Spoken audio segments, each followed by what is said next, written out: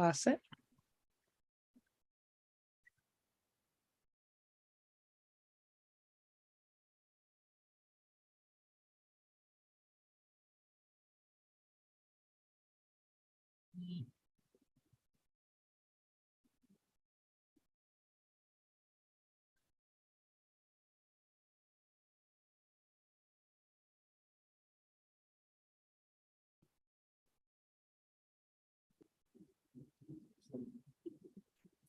Hello, everyone. My name is Christina Hayes, and I am the paid leave organizer at Mothering Justice. Welcome to our discussion on the importance of paid leave. Please note that we will have a question and answering session at the end of this event to answer any questions from reporters. We are here today because the 30th anniversary of FMLA is February 5th, and we want to share how after 30 years, paid FMLA is still out of reach for too many families. FMLA was a great win for showing that caregiving shouldn't cost you your job. After 30 years of FMLA, we must go beyond it to make paid leave for all a reality. It is unfortunate that paid leave is so out of reach for Michigan families. Michigan currently does not have paid family medical leave law. Our demand for paid family leave in Michigan is not an opulent ask. We are demanding paid leave for all because everyone gets sick, but not everyone gets time to heal. Paid family leave is a necessity that many parents and caregivers need in order to take care of themselves and their families. Under the current FMLA in Michigan, families are left to worry about job security and finding income to pay bills while on leave. This is a devastating reality. Michigan workers shouldn't have to worry about these issues when bringing in a new child into the world or recovering from a mental or physical illness. Here's how paid family leave could benefit our families and communities. Paid parental leave decreases the likelihood of early term birth by nearly 7%. One study found that women who had paid leave breastfed twice as long than women who did not have leave. Paid leave also helps parents to be more responsive to their children. Responsive caregivers raise children that become responsible adults. The stories you will hear today are an essential measure of our need for paid leave. Today, we have some amazing mama members from Michigan that have experienced hardships due to the lack of access to paid leave. And today, I would like to first introduce you to Tanisha DeBose. She has been a Mothering Justice member since 2022 and is a mother of 3 children. And today, she will share her FMLA story.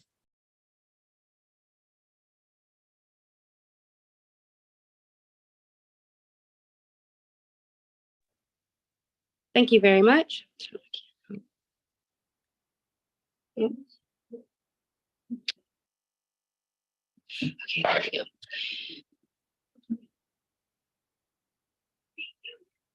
Okay, there we go. Thank you very much, Christina, for that introduction. Yeah. Hello, my name is Tanisha DeBose. So in 2013, I had to take out FMLA during my high-risk pregnancy with my first child, Nasir. I was so sick that I needed to be put on bed rest for respiratory issues.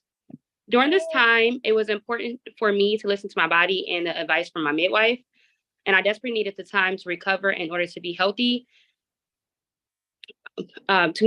physically and mentally.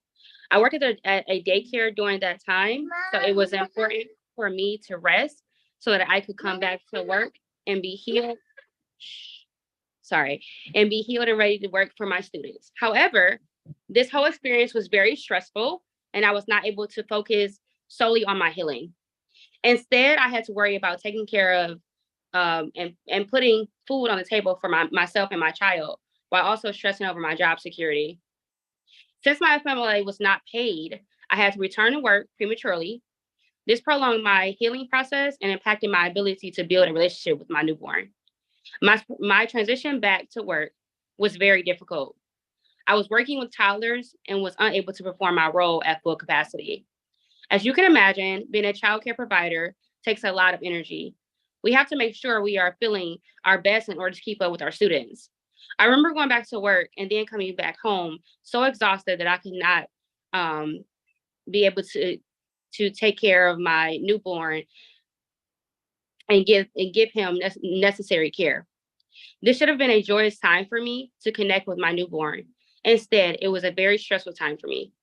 I am speaking up today in support of paid family leave in Michigan because families deserve to have the time to heal without added stress of making ends meet. The time for paid family leave in Michigan is now. Thank you.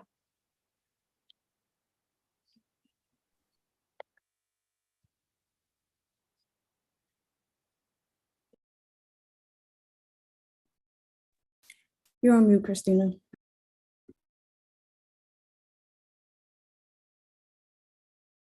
Sorry about that. These mute buttons these days on our Zoom calls.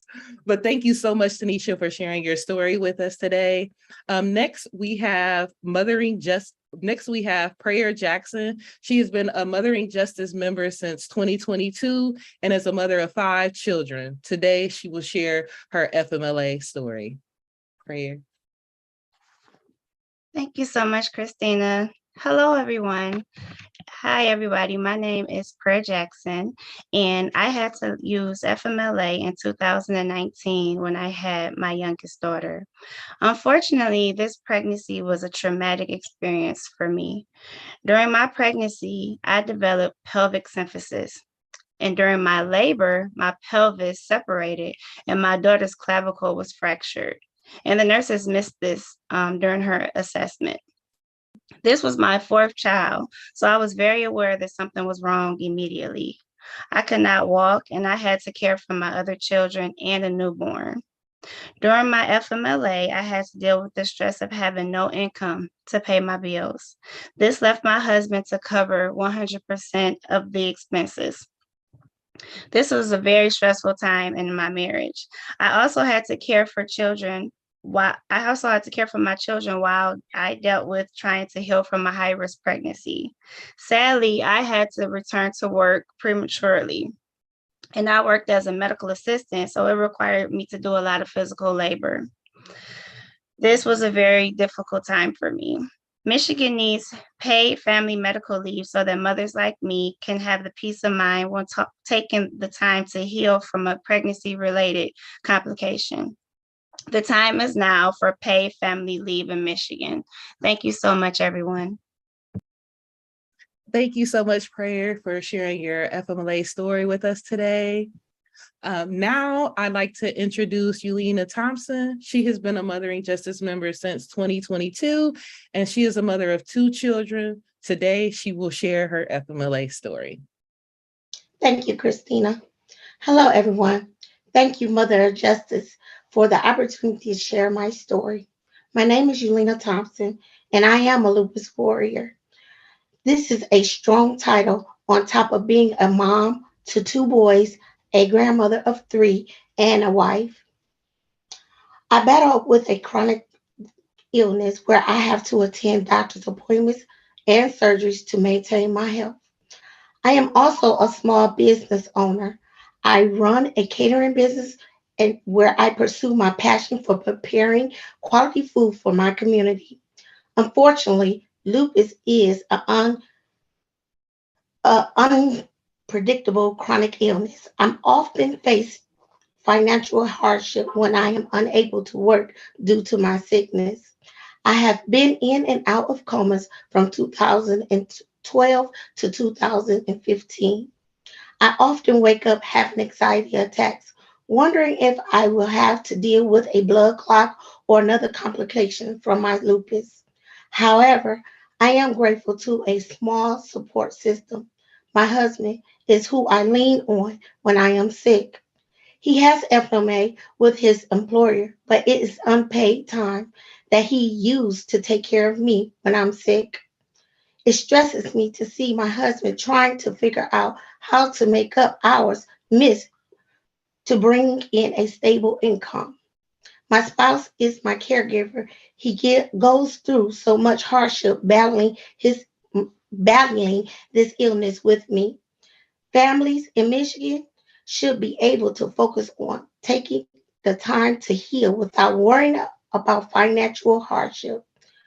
The time is now for paid families live in, the time is now for a paid family leave in Michigan. Thank you for hearing my story.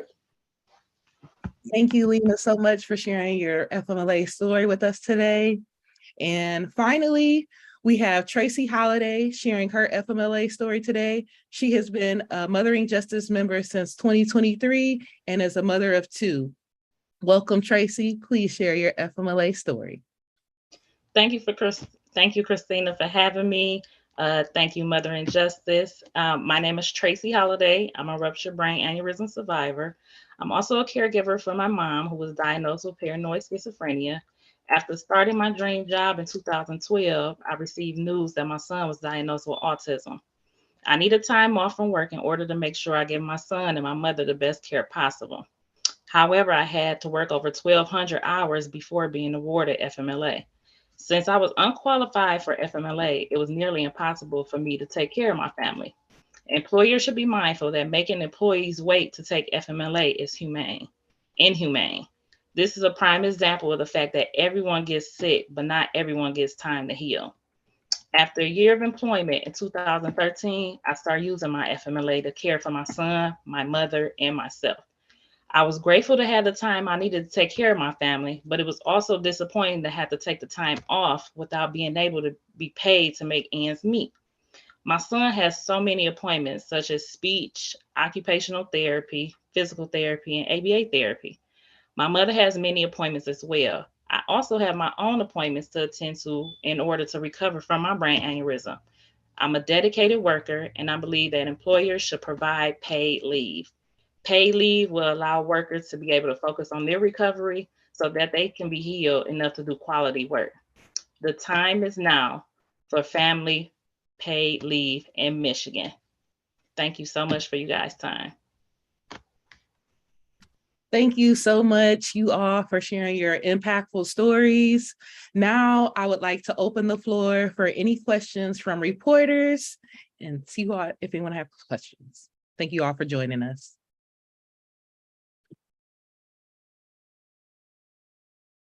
Okay, and I see a hand up from Andy.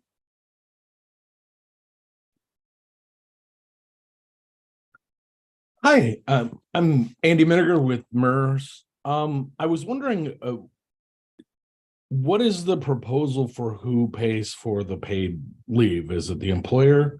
Is it subsidized? What's the plan for that?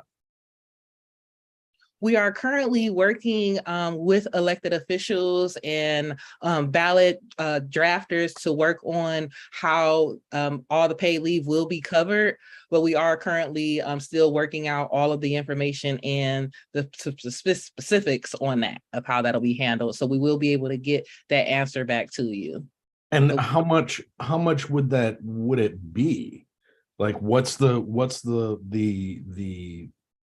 monetary amount that would be required of not just the from employers, but how much would it be required from, government?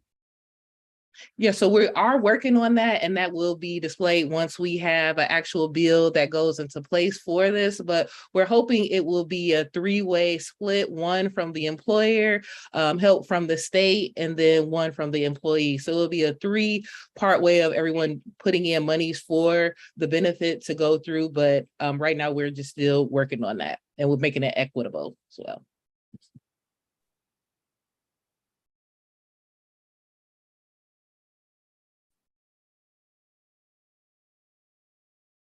Thank you. Oh, no problem. Okay, and then next question here, I see Ken Coleman's hands up. Hi, Ken Coleman from Michigan Advance. I believe you just answered my question, so I appreciate it. I did see some reporting that suggests that 3 Michigan legislative members, Erica Geis in the House, in the Senate, Brenda Carter in the House, and third member escapes me, but you are currently working with lawmakers to advance the idea that you just shared. Exactly. We are currently working behind the scenes with our elected officials to make this possible. There's a lot of small, tedious things that have to be worked on and answered. As far as like the last question, which how much is the state going to provide? How much is an employer and employee going to have to put in? So all of those factors have to go in for making the bill and making this possible. Final follow-up, Christina, if I Yeah. might. Part of the story that I'm writing, I not only write about policy and politics for Michigan Advance, statewide Michigan news site, politics and policy news site, but I'll often write about history. And I've been reporting long enough, old enough, long enough to remember President Clinton signing the federal legislation. I'm just curious, of the speakers that you had today, were any of them born in 1993? Were they around in 1993? Yes. Any speakers? Have you all remembered any of when the FMLA was passed? I'm not necessarily asking for them to give their I was age. just wondering if they were, just if anyone wanted to respond, but I don't believe. I think it's probably fair to say that, at least in terms of this, I'm asking a question. Is it fair to say, of the speakers who have presented this afternoon, were they of childbirth age in 1990? Yes, everyone was of childbirth age then, yes. Okay, very good. Thank you so much. Yeah, no problem. So let me follow up with that. When you say childbirth age, able to have children in 1993? Yes, ma'am. So, sorry, my name is Aisha Wills. I'm the organizing director at Mother and Justice. I would say that not everyone on this call was at childbirthing age, but I would say that everyone was alive and well during this age. So family members, I'm sure, was around during the passing of FMLA, which impacted their households as well. Not to belabor it, just one more question, Christina. Sure. Given what, and I think I've got it in terms of what your team and speakers have suggested. It's been 30 years since President Clinton signed the legislation in 1993. I believe I'm doing some statistic writing on the story. I think there are only no more than 12 or 13 states that have passed federal leave legislation at the state level. I would imagine that everybody would say on the panel, your team, that it's been far too long, that Michigan has not passed this legislation, considering that 30 years ago, the federal government did pass it, right? Right. Okay, very good. Thank you so much. Yeah, but definitely, because it's been 30 years since FMLA has passed, at Mothering Justice, we're grateful for such a policy providing leave for people in job protection, but for it being unpaid is where the struggle comes in, and it feels unreachable for people to even be able to use it. That's where the issue plays out. And, when we have these policies created, the time is now to build upon that and provide paid leave for folks. Thank you so much, ladies. No problem. All right, and the next question, and I see Elizabeth Lewin has her hand up. Hi, it's Liz Lewin of Fox 2 Detroit here. I see somebody actually wrote this in the chat, so I do not mean to steal your fire, but hopefully we can, Priya from Michigan Radio, get this answered. I think, as we know, women of color are disproportionately paid in comparison to their white counterparts or to their majority counterparts. That combined with inflation for daycare and so many other things, how important is it, if you contextually look at the socioeconomic stance of paid family leave for families and communities of color? Why is this so much more important? Because already, we're behind. So I'm curious how that plays a role in your ask and in the conversations with lawmakers moving forward. Yes, so thank you for pointing that out. And definitely we try to point out that health inequities are a real factor that plays into this issue, and the fact that mothers of color, one, we are paid less than white counterparts. Mothers of color, or mothers period, are also more so the caregivers of the family and the ones that have to take the time off and end up taking the blunt hit as far as the income in the household. And, if it's a 2-parent household, it ends up being only the man bringing in the income. So it's even more important to women of color to have paid sick time in consideration of health inequities that happen, and just the simple fact that we are the caregivers in the household as well. I'm sorry, I was one more part of your question at the end there. Why is it was just, yeah, no, that's a great answer. It was just more to, I think a part of that, as well as you were talking about your work with lawmakers, is there then an ask for more representation when it comes to people in positions of power to understand acutely that experience. Representation does matter. So if we are calling for laws that more equally represent women of color, therefore, is there not a call on your ask in Mothering Justice also that we have those women and men of color in positions that can more accurately portray what that experience is? Yes. So we try to put, of course, a lot of different mothers and women of color on the platforms to share their stories and experiences, just like we did today, but just highlighting different factors. And one, of course, more needed now, of course, is the fact that the pay is not the same. So when it comes to giving reimbursements or paid leave, what is that going to look like for women in comparison to people who make more? So we do definitely, of course, highlight these issues. And we even work to get women of color, hopefully in an elected position seat as well. So having women represent us there is one of our top priorities too, to bring about change and policy change. Great. Thank you, Christina. Great work. No problem. Thank you. If I can add. Oh, sorry. Go ahead, Aisha. And we see your hand too, Ben. I just want to add too is that at Mothering Justice, we come up with our mamas agenda and all the work that we do specifically through our mamas. And so we center mamas of color and Black mamas before we even walk into the room to do policy work. We center them for economic justice issues. And that is how we come up with our mama's agenda and the issues that we work on for economic justice. So I want to add that as well. Thank you. All right. And then Ben, we wanted to get back to your hand was up again. Hey, Christina, thank you so much for doing this. I have a two kind of pronged question. The lawsuit over adopt and amend that gutted the 2018 proposals is heading to the Michigan Supreme Court now, after the Court of Appeals ruled that the practice was constitutional. So I'm wondering, as you guys gear up for that case in the high court, what's your guys' position heading into that last phase of the case? And were you generally surprised to see the appellate court overturn the lower court on this? Yep, and for that, we have released a statement for that, and we can send that over to you. It's okay. I have that. I reported that already. I was just wondering if you guys had anything else to say on that. So. Oh yeah, no, we were disappointed in that, but we are still, of course, continuing the fight for Michigan workers as we appeal and hopefully get ready to head to the Michigan Supreme Court.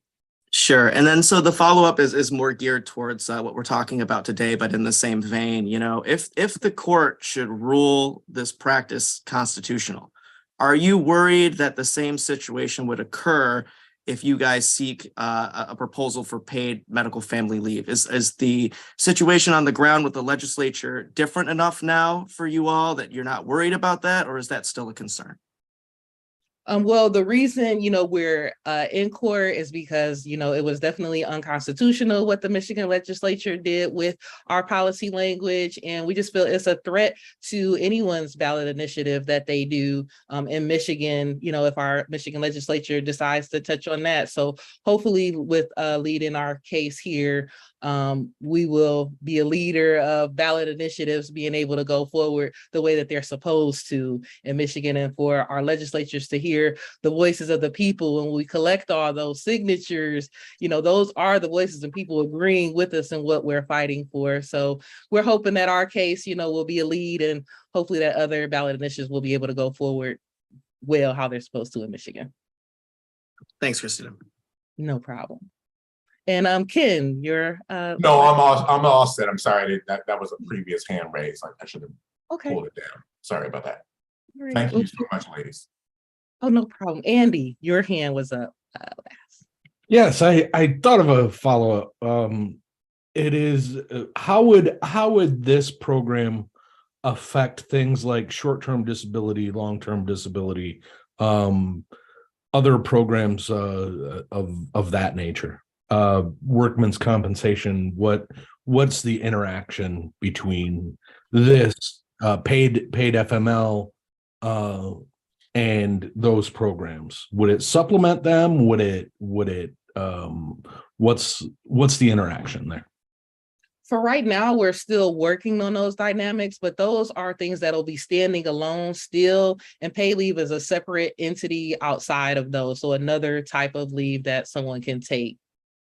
So would it be that you could get those on top of? Would it be so you could get short-term disability and paid family medical leave? I mean, what's If I can just cut in, that's again some of the particulars we are working through with finishing this legislation. That's a valid question. A lot of folks have asked that over the years as we've been working on this.